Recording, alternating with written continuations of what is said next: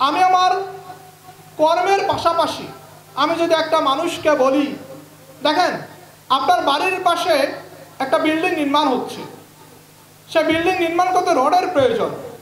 আপনি সকালবেলা দাঁত ব্রাশ করতে করতে সেখানে গেলাম, গিয়ে যদি বলতে পারি, যেহেতু আমাদের একটা সোশ্যাল স্ট্যাটাস রয়েছে, সামাজিক অবস্থান রয়েছে, সমাজ আমাদের সবাইকে ভালো মানুষ হিসেবে জানে, তাকে যদি বলতে পারি যে আমার কাছেও কিন্তু রড রয়েছে, জাস্ট এতটুকু যদি তাকে দিতে পারি, সেই ভদ্রলোক ওই দিন রড নেবেন না, কিন্তু 1 বছর 2 বছর পরে বা যখনই প্রয়োজন হবে তখনই কিন্তু আমাদের কাছ থেকে রড নেবেন।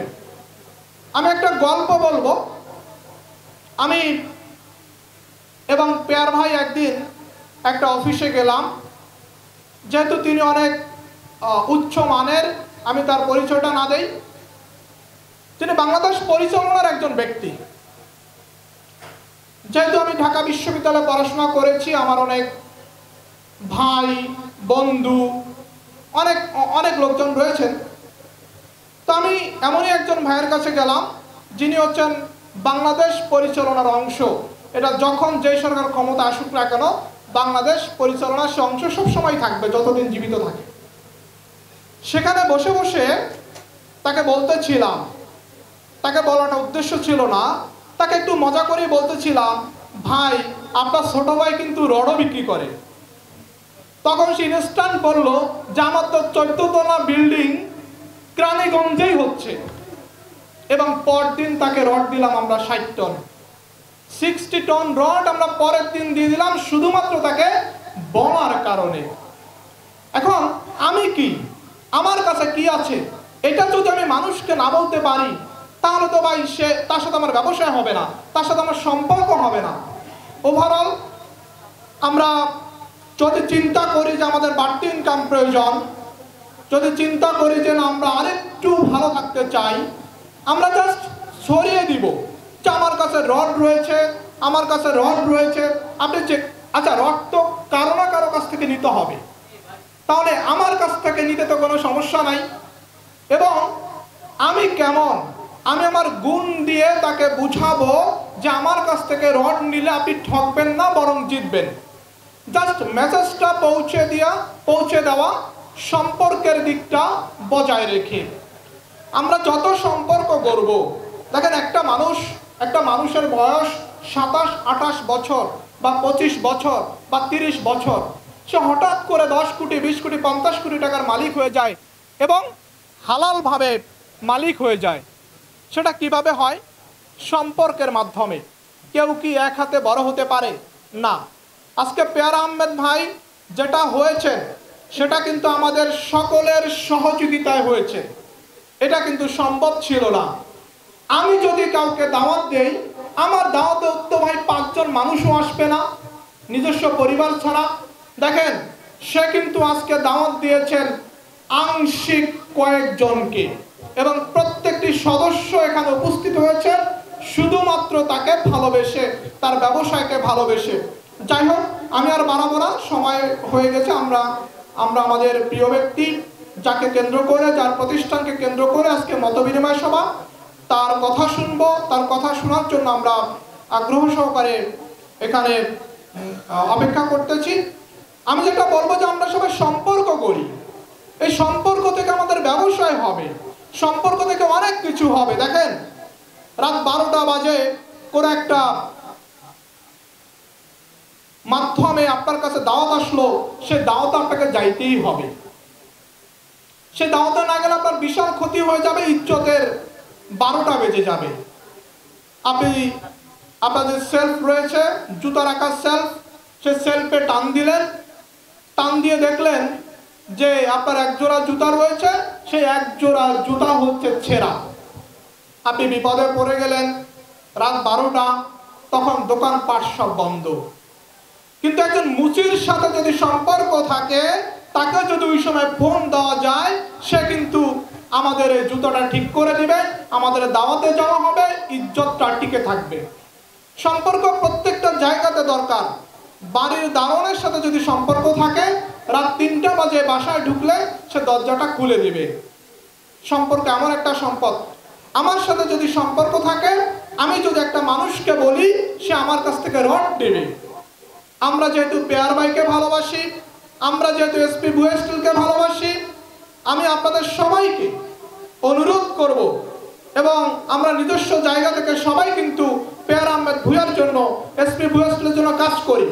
তারপরেও আজকে থেকে আমাদের এটা প্রতিজ্ঞা হোক, অন্তত এসপি ভুয়া স্টিলের 1 টন রড বিক্রি করার জন্য হলেও আমরা যেন আজ থেকে ঘরে বাইরে প্রত্যেকটা জায়গাতে প্রত্যেকটা মানুষের সাথে সম্পর্ক করি, এবং জাস্ট একটা মেসেজ দেই, আমার কাছেও রড আছে। জাস্ট এতটুকু বলি, তার আজকে লাগবে না, কালকে লাগবে না, 1 বছরে লাগবে না, 2 বছরে লাগবে না, 5 বছর পরে হলেও তার রড লাগবে, তখন সে আপনাকে স্মরণ করবে। আমি অনেক মামলার কাজ জানি না, কিন্তু দেখেন আমাকে সকল মামলার জন্যই কিন্তু মানুষ ফোন করে। আমি জ্বরের ডাক্তার, আপনার যদি কিডনির সমস্যা হয়, আমার সাথে যদি আপনার রিলেশন থাকে, আপনি কিন্তু আমাকে প্রথম ফোন দিবেন, ভাই আপনি তো জ্বরের ডাক্তার, কিন্তু আমার তো কিডনির সমস্যা হয়েছে, আপনি এটা পারবেন কিনা। এই যে দেখেন, অন্তত একবার জিজ্ঞেস করবে। আমরা যদি এই মেসেজটা পৌঁছে দেই যে আমাদের কাছে রড রয়েছে, আমাদের কাছে একটা বিশ্বস্ত প্রতিষ্ঠান এসপি ভুয়া স্টিল কর্পোরেশন রয়েছে, আমাদের কাছে একজন আস্থার প্রতীক, আমাদের ভালোবাসার মানুষ, বিশ্বস্ততার প্রতীক পেয়ার আহমেদ ভুঁইয়া রয়েছে, এটা জাস্ট পৌঁছে দিব। এই পৌঁছে দেওয়াটাই একদিন সম্পদে পরিণত হবে। এটা একটা এলসির ভিতরে 2 মাস 3 মাস চলে যায়। তো স্টিলটা আমার কিন্তু ওই জায়গা থেকে শুরু হয়েছে, কিন্তু রডের সাথে সরাসরি নেয়। রডের সাথে করোনার সময় এটা মানে গভীরভাবে ঢুকে গেছি আমি। আমাদের সিটি গ্রুপের রহমান সাহেব, আমার শ্বশুরে আছে এখানে, উনি জানে সিটি গ্রুপের রহমান সাহেব আমাকে খুব আদর করতো, ওনার গাড়ি নিয়ে ঘুরতো। উনি তো মারা গেল। উনি আমাকে বললো, জীবনে যদি ব্যবসা করো, রডের ব্যবসা করি, লোহা ব্যবসা করি। এই থেকে আমার বেশিরভাগ আগ্রহ যে আপনি জায়গা দেন, আমি ফ্যাক্টরি দিব। মানে কি, ওনার আয়শা স্টিল মিল একটা ফ্যাক্টরি আমাদের কেরানীগঞ্জ আপনার আবদুল্লাপুরে অবস্থানরত, অকেজ অবস্থা আছে, সেটাকে আমি চালু করার জন্য বলছি। কিন্তু ওখানে এমন অবস্থা হয়েছে, করোনা ছুটি চলে আসছে, আমরা মেয়েটা বসানো হয়নি। কিন্তু ওনার ওই একটা কথা, ওনার বাসাতে যাই চা খাওয়া, গল্প করা, ওগুলা থেকে আমার মাথায় আসছে। কিন্তু এর আগে আমার ব্যবসা ছিল ভুঁইয়া চালের হাট, ডিউ কাটা। এর আগে আমার ব্যবসা ছিল পি ইন্টারন্যাশনাল 30টা পণ্য আমদানি রপ্তানি করা। সেগুলো কি কি, CT scan, ultra machine, MRI, এইসব জিনিসগুলো আমি কোরিয়া, চায়না থেকে নিয়ে আসতাম, এবং ওগুলো আমার যুক্ত আছি এখনও। পাশাপাশি আমার যে পি ইন্টারন্যাশনাল যেহেতু 30টা পণ্য আমদানি রপ্তানির সুযোগ আছে, সেখানে আমি অন্য আমাদের কনজুমারের জিনিসপত্র আনার চেষ্টা করি। সেগুলোর মধ্যে এলাচি, চাউমিন তেল, চিনি, এইসব কিছু আমি জড়িত ছিলাম এবং ক্ষতিগ্রস্ত হয়েছিলাম পূর্বে। এখন আনা দিলে ও বলে না, আচার খেলে হাঁটা শিখে, পানিতে নামলে সাঁতার জানে নাকি, এই অবস্থা হয়েছিল আমার। যাই হোক, এখানে আমাদের যারা সাপোর্টার বিন্দু, তারা কিন্তু বেশিরভাগে জানে, আরও নতুন যারা হয়তো তাদের জন্য একটু কষ্টকর সব কিছু বোঝা। তবে আমি এখানে আমার যে প্রতিষ্ঠানের সরাসরি এবং প্রজ্ঞার সাথে আমাকে সর্বাক্ষণিক সহযোগিতা করে। আপনারা যেখানে বসেছেন, এই পুরো বাগানবাড়ি সোসাইটির মালিক, এস্টেটের মালিক শওকত হোসেন, আজকে আমাদের চিফ গেস্ট, এবং আমার দাদা, ওনার ভালোবাসা আমি আসলে এমন পেয়েছি, এটা বোঝানো যাবে না। অসাধারণ মানুষ। ওনার ভালোবাসা পাওয়াতে আমি আপনাদের মাদ্রাসা নিয়ে কাজ করি বিদায় মাদ্রাসা এখন আমি চালু করতে চাচ্ছি। অলরেডি 2টা মাদ্রাসা, একটা ঢাকা আর একটা নড়িয়া দাদার জায়গা, 6 তলা কমপ্লিট হয়ে গেছে। ইন্টারন্যাশনাল মাদ্রাসা, যেটা আধুনিক সম্মত হবে। তো এই যে দেখেন একজনের ভালোবাসা, এটা তো পাইতে আমার সময় লাগছে নাকি। আমরা এরকম যদি কিছু আপনার ওই যে বললাম না, সম্পর্কের মধ্যে কিছুটা মিঠুন সাহেব বললো, যেটা একটু ধরে রাখলে আর মাঝে মাঝে একটু দেখাশোনা যদি খোঁজখবর থাকে, দেখবেন যেন কখন না কখনো কোনো সুযোগ সুবিধা আপনি পেয়ে যাবেন। এই রকমের মধ্যে আমি পেয়ে গেছি কাকে? আমার বাগান বাড়ির যে সোসাইটি স্টেটের মালিক শওকত হোসেন। উনি আমাকে সার্বক্ষণিক সহযোগিতা করে, পাশাপাশি আবার এখানে আসছিল, আপনাদের এখানে বক্তব্য রেখেছিল বাংলাদেশ সুপ্রিম কোর্টের আপিল বিভাগের, আপনার আপিল বিভাগে ছিল উনি হলো ইশতিয়াক আহমেদ জাজিরা শরীয়তপুর। আর আমার নোয়াখালীতে দেখাশোনা বা আমার যে কোনো বিজনেসের সব কিছু পরামর্শ এবং বিশ্বস্ততার সাথে দীর্ঘদিন যাবৎ সব কিছু দেখে advocate Haider Ali, Bangladesh supreme court Noakhali জজ কোর্ট অ্যাসিস্ট্যান্ট পিপি। এরকম আমার কিছু লোক আছে 64 জেলার মধ্যে, সবাই এখানে আছে। তো বিশেষ করে মিঠুন শাহ ব্যাপারে তো আপনারা যেহেতু বক্তব্য শুনেছেন, আমার যারা যারা আপনারাও জানেন আমার বিশেষ লোককে যারা আমার সাথে সম্পৃক্ত। মিঠুন শাহ 2024 শেষ 25 সালে তার 12টা 1 মিনিট হওয়ার আগে একটা মেসেজ দিয়েছে, আমি স্ক্রিনটা দিয়ে রেখে দিছি। কিন্তু মিঠুন শাহ আমাকে বলতে হবে না যে ও আমাকে কতটুকু ভালোবাসে, আমিও ওকে বলতে হবে না, এরকম একটা সম্পর্ক। এই যে কিরকম লোক হতে পারে যাকে আমাদের মধ্যে এরকম সম্পর্ক, মানে 3টা 4টা যাই একটা মেসেজ দিয়ে আমরা যে কোনো জিনিস সাফার করিনি। তো সেই মিঠুন শাহ একটা মেসেজ দিয়েছে 2025-এ, যে বললো আমার আত্মীয় স্বজন যা আছে এবারে সেরা নির্বাচিত হয়েছে আমার সম্পর্কের মধ্যে স্টিলের কেয়ার ভাই। এটা কেমন মনে হয়েছে আপনাদের কাছে? যেহেতু ওনার 3 লক্ষ ফলোয়ার, তো এই 3 লক্ষ ফলোয়ারের যে লোক হয়তো আমরা যারা চিনি তারা হয়তো ওনাকে মিশতে চায় না, ওনাকে কিন্তু কেউ কেউ সরাসরি পায় না। ওনার অ্যাডভোকেট কোনো পয়সা না, ওনার বিজনেস আমার বিজনেস একসাথে হওয়ার কারণে আমরা যথেষ্ট এগিয়ে যাচ্ছি। যাই হোক, আমাদের রড বিজনেসের বিষয়ে অনেকে অনেক কিছু বলেছে, কারণ আমাদের রডের আমাদের কোনো সুযোগ সুবিধা আমরা নিই কীভাবে সেটা আপনাদেরকে জানতে হবে, কারণ আমাদের অন্য অন্য বিজনেস আছে সেটাও আপনারা জানেন। আমাদের হাই অ্যালুমিনিয়াম যে এটাও আমরা আছে, আমাদের পণ্যের ভিতরে গ্রিল সেকশন যেটা এটাও আছে, মানে একটা বিল্ডিংয়ের tiles section, Bangla motor tiles সেকশনের সভাপতি বেলা সাহেব, উনি আজকে আসতে পারেন নাই স্বাভাবিক অসুস্থতার জন্য। বাংলাদেশের টাইলসের যত সস্তা রেট ওনার কাছ থেকে পাইতে হবে, আর কারোর কাছ থেকে না, কারণ উনি সবচেয়ে কম রেটে আনেন। আমার বিশেষ লোকগুলোকে ওনার কাছে পাঠিয়ে দিই।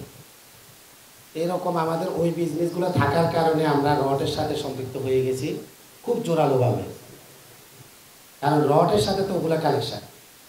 আমরা কোম্পানিকে বলে দিই, আমাদের কোম্পানির কিছু লোক আছে, বিশেষ করে আমাদের বিএসআরএম কামরুল ভাই যথেষ্ট সহযোগিতা করে আমাকে। আমি বলে দিচ্ছি ভাই আপনাদের যে মেসেজটা, সেই মেসেজটা আমরা আমাদের গায়ককে পাঠিয়ে দিই, ঠিক রেটটা ওভাবে দিবেন। আমি কিন্তু আপনি জানেন আমি ওলামা কেরামদেরকে নিয়ে কাজ করি। মাদ্রাসা মসজিদের জন্য আমার পক্ষ থেকে মাল নিলে আমি 500 টাকা কমাই দিই।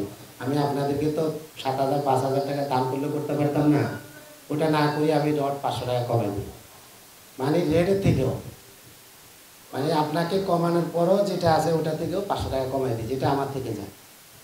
এটা শুধু আপনাদের সাথে কাজ করার স্বার্থে বা সহযোগিতায় আপনারা করতেছেন, এবং সহযোগিতা হিসাবে আপনারা বিশেষ ভূমিকা রাখছেন। এটার জন্য মানে আমি কি বলবো, এটুকু তো আমার সামান্য কৃতজ্ঞ থাকা উচিত নাকি? টাকা পয়সা নষ্ট হয় কিনা অনেকেরই চিন্তা ভাবনা ছিল, আমারও ছিল। আমি যখন এখানে ঢুকতে পেরেছি তো জিনিসটা আমি উপলব্ধি করেছি যেন এটা অত্যন্ত সলিড একটা জিনিস, এর ভেতরে কোনো ভেজাল নাই। এই জন্য বিশেষ করে ওলামা ইকরাম যদি এর সাথে জড়িত হই, আমরা অল্পতে অধিক লাভবান হতে পারব। এই জন্য যারা ঢুকেছে আলহামদুলিল্লাহ, যারা ঢুকতে পেরে নাই তাদেরকে এইভাবেই বোঝানো। অনেকেই দূর থেকে অনেক কিছু জানতে পারে না, বুঝতে পারে না, যখন ঢোকে তারপরে সে বুঝতে পারে যে জিনিসটা কি। এই জন্য সবাইকে আহ্বান করব আমরা সবাই এই কাজের সাথে লেগে থাকতে পারি। এবারে আমার সংক্ষিপ্ত বক্তব্য শেষ করছি। الصديقين والشهداء والصالحين أو كما قال عليه الصلاة والسلام। উপস্থিত এইচপি ভুইয়া স্টিল কর্পোরেশন কর্তৃক আয়োজিত আজকের ওলামায়ে কেরাম,